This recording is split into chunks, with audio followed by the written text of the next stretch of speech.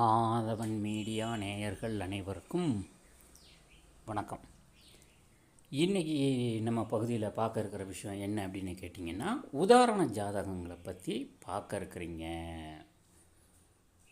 அதாவது இந்த நிகழ்ச்சியில் தொகுத்து வழங்கப்பட்டிருக்கும் ஜனன ஜாதகம் தங்கம் ஜோதிட ஆராய்ச்சி மையத்தில் கணிக்கப்பட்ட ஓர் உதாரண ஜாதகமாகும். எந்த ஒரு தனிநபருடைய ஜாதகம் கிடையாது. ஒரு தனிநபருடைய ஜாதகத்தை என்றைக்குமே பார்த்தீங்க அப்படின்னா நம்மளுடைய மீடியாவில் வெளியிடுவது கிடையாது.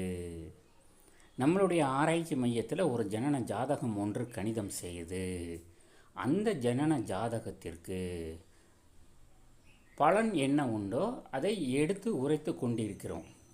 இது ஒரு சிறு ஆராய்ச்சிக்காகவும் ஒரு சிறு ஆய்வுக்காக மட்டுமே இங்கே தொகுத்து வழங்கப்பட்டுள்ளன. இப்போ இந்த நிகழ்ச்சியில் 1/7/1993 காலை மணி 7:36 அனுச நட்சத்திரம் 2ஆம் பாதத்தில் இச்சாதகம் கணிதம் செய்யப்பட்டுள்ளது. கடக லக்னத்தில் இச்சாதகம் கணிதம் செய்யப்பட்டுள்ளது. பார்த்திங்க அப்படின்னம்னா, அதாவது இந்த ஜாதகத்தோட பலன்கள் என்ன அப்படின்னு கேட்டிங்கன்னா, கடக லக்னம். லக்னாதிபதி யார்? லக்னாதிபதி இந்த ஜனன ஜாதகத்தில் நீசம் அடைகிறார். அதாவது ஒரு ஜனன ஜாதகத்தில் லக்னாதிபதி முதுகெலும்பு மாதிரி, ஒரு மனிதனுக்கு முதுகெலும்பு மாதிரி. அப்போ லக்னாதிபதி பார்த்திங்க அப்படின்னா வலிமையாக இருக்கணும். ஆனால் பார்த்திங்க அப்படின்னா இங்கே லக்னாதிபதியே பலம் குன்றி இருக்கிறார். லக்னாதிபதியே பலம் குன்றி அமைகிறார். அதாவது பார்த்திங்க அப்படின்னம்னா குடும்பஸ்தானத்தில் செவ்வாய் அண்ட் மாந்தி இருவரும் இணைகின்றன. அப்போ பார்த்திங்க அப்படின்னு சொல்லணும்னா இந்த ஜனன ஜாதக அமைப்பின்படி, அதாவது நவாம்சத்தில்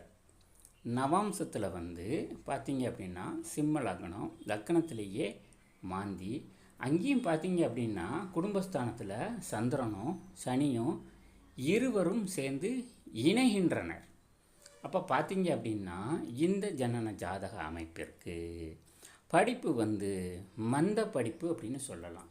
அதாவது கல்வி ஒரு சிறப்பான கல்வி அல்ல, அறகுறையான கல்வி என்று சொல்லலாம். முன்கோபம் என்பது அதிகமாக இருக்கும். விஷ வார்த்தைகள் பேசக்கூடியவராக இருப்பார். விஷ வார்த்தைகள் பேசக்கூடியவராக இருப்பார். சண்டை பிரியராக இருப்பார். வாக்குவாதம் புரிவதில் வல்லவராக திகழ்வார் என்று சொல்லலாம். தகப்பனாருக்கு சிறப்புண்டு, தாயாருக்கு சிறு தரித்திரியவானாகவும் இருப்பார். வயிறு சம்பந்தப்பட்ட கோளாறு இவருக்கு அடிக்கடி தோன்றும். ஆஸ்பத்திரி செலவு என்பது கொஞ்சம் ஆகும். புத்தி என்பது கட்ட புத்தியாக இருக்கக்கூடும். கால திருமணம், அதாவது கால தாமதமின்றிய திருமணமே ஏற்படும் அப்படின்னு சொல்லலாம். அதாவது இவருக்கு பார்த்திங்க அப்படின்னம்னா கொஞ்சம் பெண் சன்னதிகள் அதிகமாக இருக்கக்கூடும். இவருடைய குடும்பங்கள் பார்த்திங்க அப்படின்னம்னா நடுத்தர குடும்பங்களாக இருக்க வேண்டும். அதாவது சிறு குடும்பமாக இருக்க நேரிடும். தகப்பனார் வலிமையாக இருக்க வேண்டும். தாயாருக்கும் இவருக்கும் ஒரு பிணைப்பில்லாமல், பாசம் இல்லாமல் இருப்பார் என சொல்லலாம். பார்த்திங்க அப்படின்னம்னா குடும்பத்துக்குள்ளே, அதாவது இவருடைய குடும்பத்துக்குள்ளே அடிக்கடி குழப்பங்கள் இருந்து கொண்டே இருக்கும்.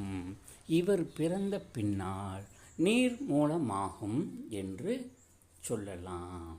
பார்த்திங்க அப்படின்னம்னா, அதாவது இந்த ஜனன ஜாதக அமைப்பின்படி இவருக்கு வாழ்க்கையில் பிற்கூர் யோகம் முற்கூர் யோகம் என்று சொல்வது போல் இவருக்கு பார்த்தீங்க அப்படின்னா பிற்கூர் யோகம் என்பதே கிடைக்கும். முற்கூர் யோகம் என்பது இவருக்கு கிடையாது.